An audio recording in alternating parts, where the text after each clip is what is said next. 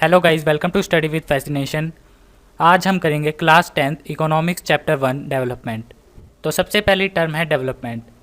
Development होता है sum total of income plus quality of life, यानी एक कंट्री की टोटल इनकम प्लस लोगों की क्वालिटी ऑफ लाइफ यानी कि लिविंग स्टैंडर्ड।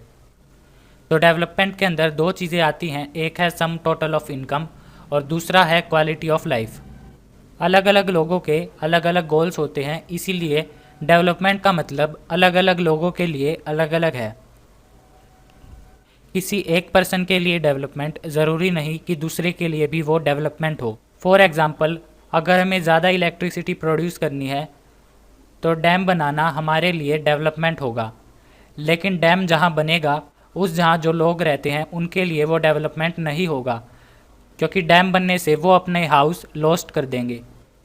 तो क्वालिटी ऑफ लाइफ भी ज़रूरी है इनकम के साथ, क्योंकि जो मनी है वो नॉन मटीरियलिस्टिक थिंग्स बाय नहीं कर सकती। नॉन मटीरियलिस्टिक थिंग्स जैसे equal treatment, freedom, security etcetera. जो मनी है वो इक्वल ट्रीटमेंट, फ्रीडम, सिक्योरिटी ये सभी चीज़ें बाय नहीं कर सकती, इसीलिए क्वालिटी ऑफ लाइफ भी ज़रूरी है। इसके बाद है आइडियाज़ ऑफ डेवलपमेंट, यानी डेवलपमेंट के आइडिया डिफरेंट लेवल पर डिफरेंट होते हैं। सबसे पहले है इंडिविजुअल लेवल। इंडिविजुअल लेवल पर जो लेबर है वो चाहता है कि उसे ज़्यादा काम मिले और उसे बेटर वेजेस मिले, लेकिन नेशनल लेवल पर वही लेबर चाहता है कि उसे बेटर एजुकेशनल फैसिलिटीज़ मिले और हेल्थ फैसिलिटीज़ मिले। तो एक पर्सन के इंडिविजुअल लेवल पर अलग आइडिया होते हैं डेवलपमेंट के, और नेशनल लेवल पर अलग आइडिया होते हैं। नेक्स्ट है हमारा per capita income. Per capita income को हम कहते हैं average income. Per capita income होती है average income of each person in A given country, यानी एक कंट्री में अगर हम एक पर्सन की एवरेज इनकम निकालें तो उसे हम कहेंगे पर कैपिटा इनकम। इसका फॉर्मूला है टोटल इनकम अपॉन पॉपुलेशन। तो ऊपर हम लिखेंगे जो कंट्री की टोटल इनकम है और नीचे हम लिखेंगे टोटल पॉपुलेशन। इससे हमें पता लगेगी एक पर्सन की पर कैपिटा इनकम। ज़्यादा पर कैपिटा इनकम का मतलब डेवलप्ड कंट्रीज़ और कम पर कैपिटा इनकम का मतलब less developed countries. Per capita income के साथ एजुकेशन और हेल्थ ये भी इम्पोर्टेंट रोल प्ले करते हैं डेवलपमेंट में। इसके बाद है limitations of using average income, यानी एवरेज इनकम यूज़ करने के क्या क्या नुकसान है।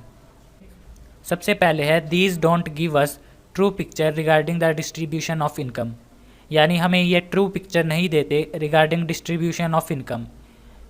इसका मतलब हमारे पास दो कंट्री हैं, कंट्री ए और कंट्री बी। कंट्री ए में 5 लोग हैं और कंट्री बी में भी 5 लोग हैं। कंट्री ए में जो इनकम है वो है 500, सेकेंड पर्सन की है 500, थर्ड पर्सन की भी है 500 और फोर्थ की है 500, और जो फिफ्थ पर्सन है उसकी है 10,000। और कंट्री बी में फर्स्ट पर्सन की इनकम है 2,000, सेकेंड पर्सन की है 2,000, थर्ड पर्सन की है 3,000, फोर्थ पर्सन की है 2,500 और फिफ्थ पर्सन की है 2,500।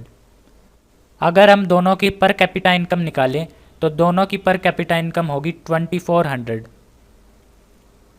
तो कंट्री ए और कंट्री बी दोनों की पर कैपिटा इनकम सेम है, लेकिन अगर हमसे ये पूछा जाए कि हम कौन सी कंट्री में रहना पसंद करेंगे तो हमारा आंसर होगा कंट्री बी, क्योंकि कंट्री बी में जो इनकम है वो अच्छी तरह डिस्ट्रीब्यूटेड है, लेकिन कंट्री ए में सिर्फ एक पर्सन के पास ज़्यादा पैसे हैं जो कि है फिफ्थ पर्सन, बाकी सभी के पास सिर्फ 500 रुपीज़ हैं।